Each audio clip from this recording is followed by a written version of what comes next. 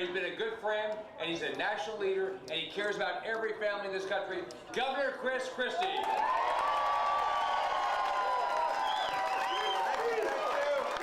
We're very happy that she's been released from the hospital this morning because she hasn't had any symptoms for 24 hours.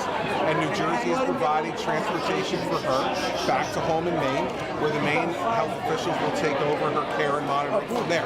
And so remember, I understand she was uncomfortable, and no one likes to be in the hospital, but she was under supervision by the CDC and our health officials at all times, and I'm glad that she's getting to go back home, and hopefully her health will remain being good. If it is, that's good for her, her family, and everybody else. But we're not going to take any risks with the public health in New Jersey.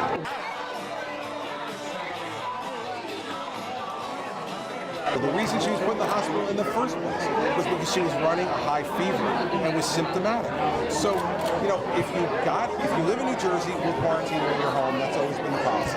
If you live outside the state and you're symptomatic, we're not letting you go onto public transportation. It makes no common sense. The minute she was no longer symptomatic, she was released.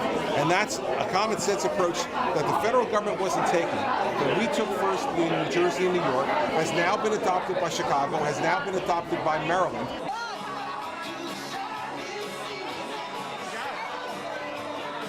Right now, we have 4 people here that do not have symptoms. That we're going to monitor them, and then we'll make the decision if we need to.